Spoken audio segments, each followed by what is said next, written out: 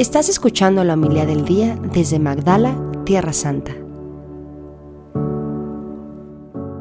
En aquel tiempo se acercaron unos fariseos y le preguntaron a Jesús para ponerlo a prueba: ¿le es lícito a un hombre divorciarse de su mujer?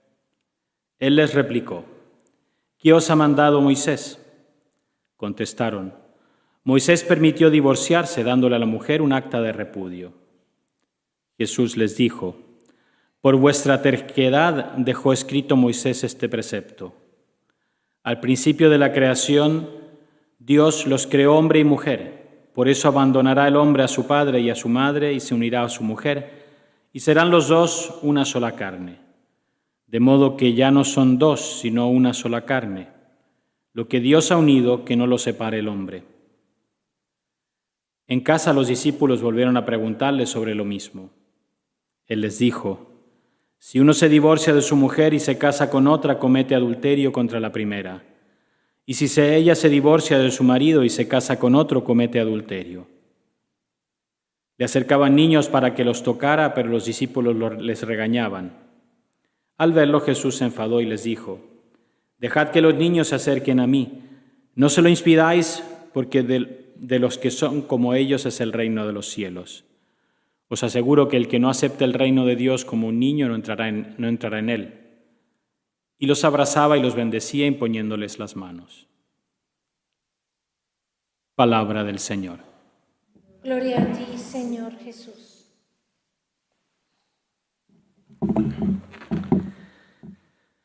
A veces nos quejamos o nos lamentamos, sobre todo los curas, de lo mal que está la familia, de lo mal que están los matrimonios, que se casan y después de un año ya están separados, ahora que ni siquiera se casan, que lo único que les importa es la iglesia bonita, las flores, los cantos y que nadie se interesa por el matrimonio.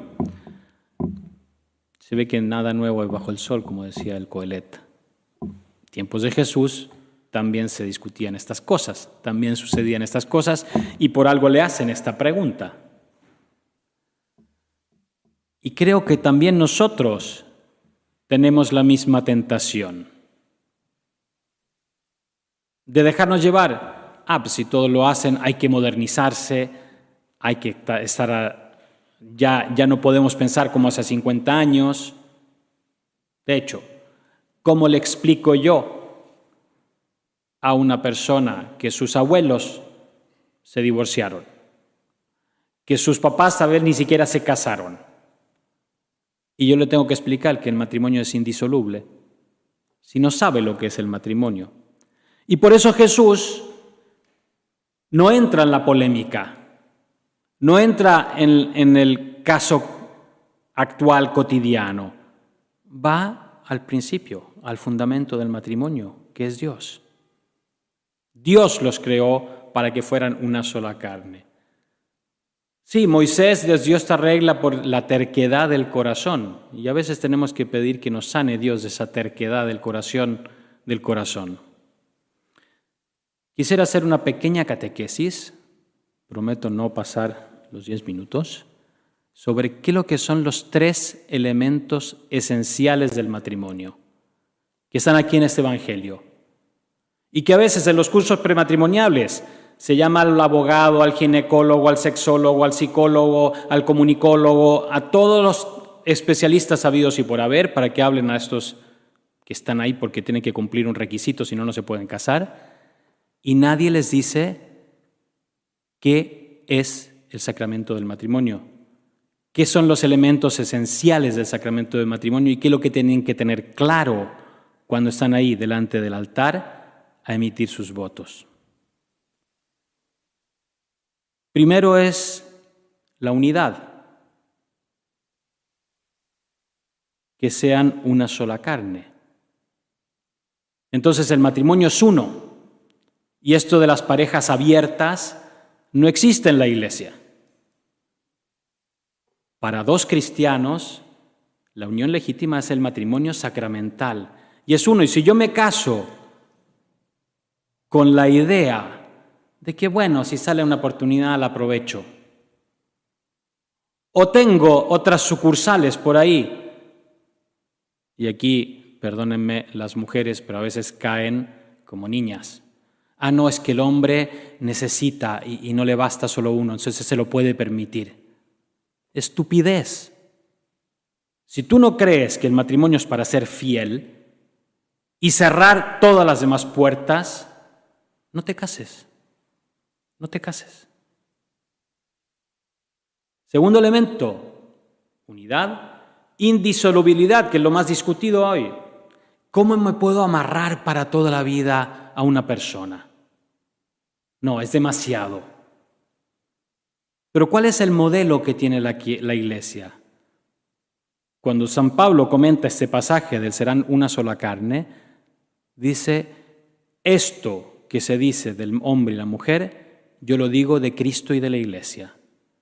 La unión de Cristo con su Iglesia es indisoluble y el matrimonio es imagen de esa unión de Cristo con su cuerpo. Un cuerpo sin su cabeza no vive. Y por eso el matrimonio cristiano es indisoluble. Entonces, si tú te casas pensando a ver si resulta, si nos va mal me divorcio, si tú metes el divorcio dentro del paquete, no te cases, porque ese matrimonio es nulo. No existe.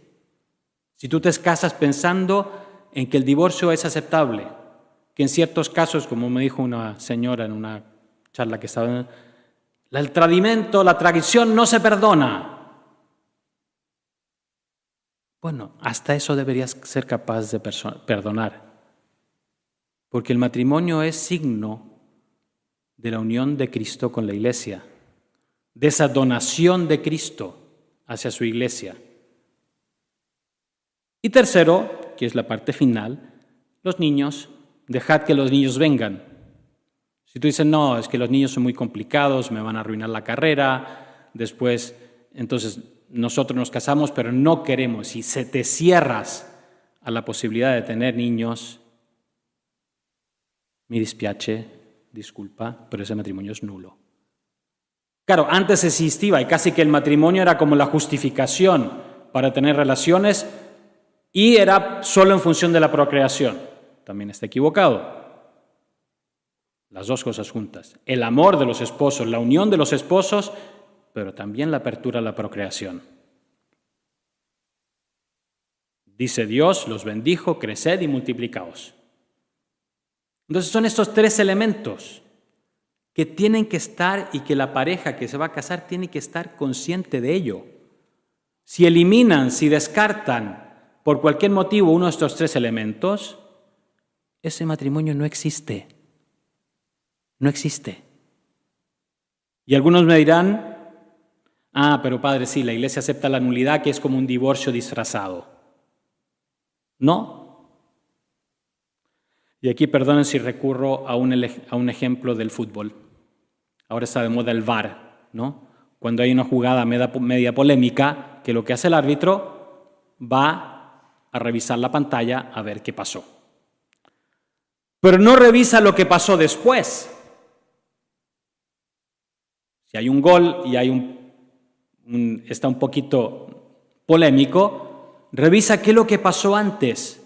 Si estaba fuera de juego, si hubo un foul, si hubo una mano, etc. Una vez que dice no hubo ningún, obviamente se equivocan a veces, la Iglesia también a veces se equivoca, los jueces, pero bueno, si no hubo, dice el gol es legítimo. Es que después fue corriendo y le dio un puñetazo a otro jugador. Bueno, tendrá tarjeta roja, pero el gol sigue siendo legítimo. Entonces, cuando la Iglesia declara nulo un matrimonio, sí puede analizar lo que pasó después del matrimonio, pero solo para ver lo que había antes. Si eso que pasó después era signo de algo que ya existía antes del matrimonio y que hace que ese matrimonio no que es un matrimonio anulado. No, es un matrimonio que nunca existió. Es que ya hay niños, es que yo estaba enamoradísimo. Sí, pero el otro no. El otro no. Y sí, pueden haber niños y tantos niños hay nacidos fuera del matrimonio. Eso no es que lo hace válido. Resulta que antes del matrimonio ya tenía una aventura con otra, o ella con otro. O ese se casó pensando, yo no quiero tener jamás niños. Y cuando la otra quedó encinta, la hizo abortar. O se fue de la casa. Entonces, eso es lo que analiza la Iglesia. ¿Qué es lo que había antes? Que condicionó ese sí que dieron y que hace que ese sí no era libre. No era libre, entonces el matrimonio nunca existió. Y es triste ver gente que arrastra calvarios con una falsa idea, no, es que el matrimonio es para toda la vida. Y uno dice, bueno, ¿te has pensado si una vez si ese matrimonio que celebraste fue verdadero? Y eso es lo que analiza la Iglesia cuando declara un matrimonio nulo. No que después el otro, la otra, tuvo un acto de debilidad, tuvo una aventura, o surgió una enfermedad, o etcétera. Eso no anula el matrimonio. Tal vez incluso puede invitar a la separación. ¿Por qué? Porque puede estar en peligro una de las dos personas, pueden estar en peligro los niños. Entonces a veces la Iglesia acepta la separación, pero si el matrimonio fue válido y es válido para toda la vida, como la unión de Cristo con la Iglesia. Y Cristo que le tocó la cruz. Y no por eso digo, no, entonces no. Como me crucificaron, no. ¿No? Su unión sigue siendo válida. Es que los hombres son unos pecadores y la Iglesia ha abusado y las cruzadas y tantas cosas. Entonces no sigo, rechazo mi Iglesia. No. Cristo sigue ahí, unido a su cuerpo, dando la vida para santificarla. Entonces, esto es lo que les quería transmitir hoy.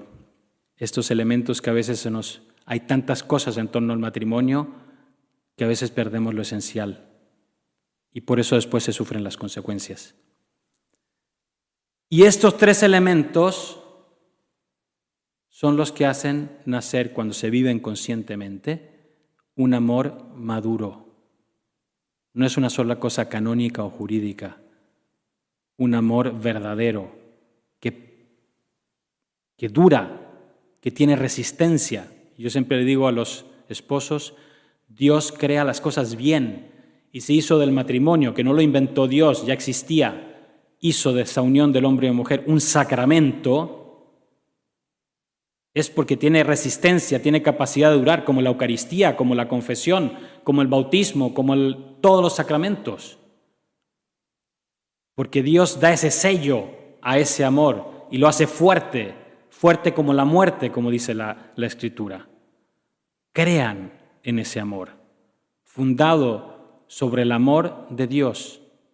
Y esos son los esposos, sacramento de la unión de Cristo con su Iglesia, signo, presencia, imagen de esa unión de Cristo con su Iglesia. Así sea. Muchas gracias por escucharnos. Si quieres conocer más acerca de Magdala, síguenos en YouTube y Facebook.